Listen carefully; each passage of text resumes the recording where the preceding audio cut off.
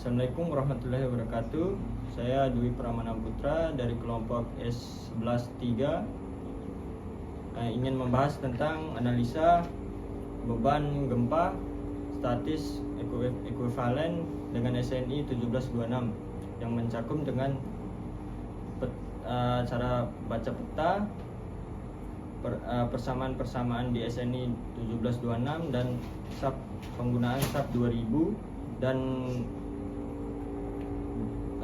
gedung simetri tingkat 3. Baik, kita akan membahasnya.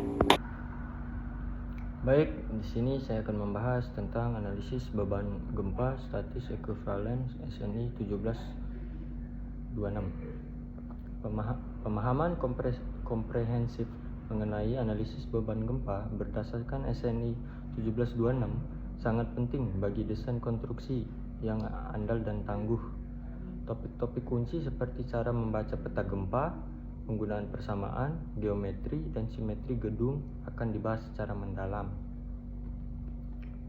Cara baca peta gempa. 1. Zona gempa. Peta gempa Indonesia dibagi menjadi beberapa zona berdasarkan tingkat risiko dan hajar gempa.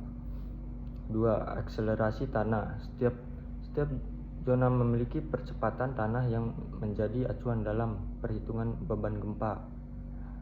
3. Klasifikasi lokasi. Jenis tanah di lokasi bangunan juga mempengaruhi nilai beban gempa yang harus dihitung. Penggunaan persamaan dalam SNI 1726. Beban gempa statis. Persamaan beban gempa statis ekuivalen berdasarkan berat bangunan dan faktor-faktor lain.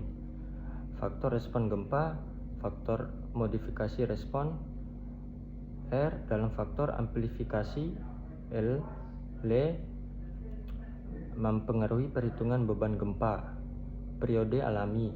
Perhitungan periode alami bangunan sangat penting untuk memprediksi perilaku struktur saat gempa.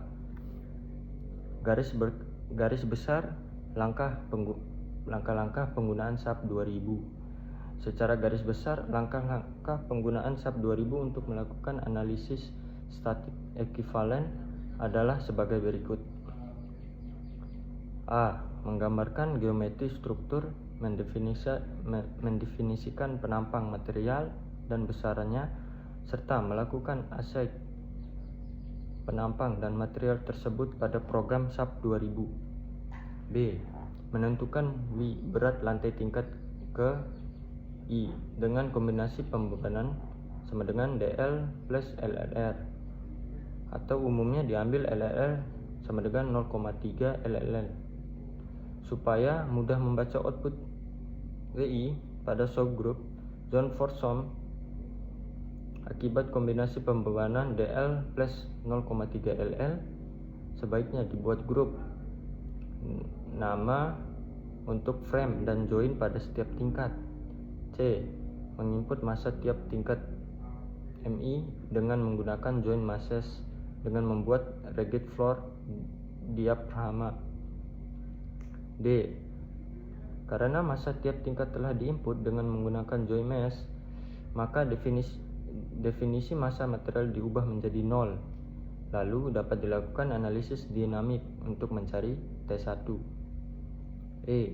Setelah T1 didapat, maka dengan SNI 1726 sampai dengan 2002 akan diperoleh besarnya F, V, best shear, yang selanjutnya dapat dihitung FI. Masukkan FI sebagai beban gempa Isaac Joint Static Load Force Global X. F.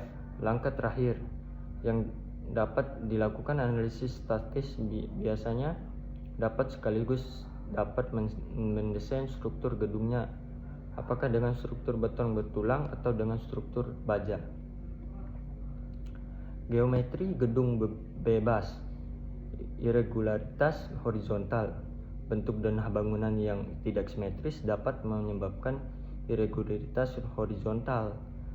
Irregularitas vertikal. Perubahan dimensi atau massa bangunan antar lantai dapat mengakibatkan irregularitas vertikal.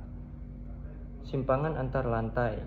Kontrol simpangan antara lantai penting untuk menjaga kestabilan dan keamanan struktur. Aspek rasio. Rasio antara dimensi panjang dan lebar bangunan juga perlu diperhatikan. Simetri gedung. Denah simetris. Bangunan dengan denah yang simetris dapat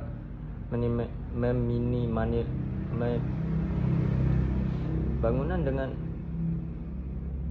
simetris gedung. Denah simetris. Bangunan dengan denah yang simetris dapat meminimalisirkan efek torsi saat gempa. Distribusi massa bangunan yang seimbang juga berkontribusi pada stabilitas struktur. Kekakuan yang seragam di seluruh struktur dapat meningkatkan ketahanan bangunan supaya agar lebih kuat.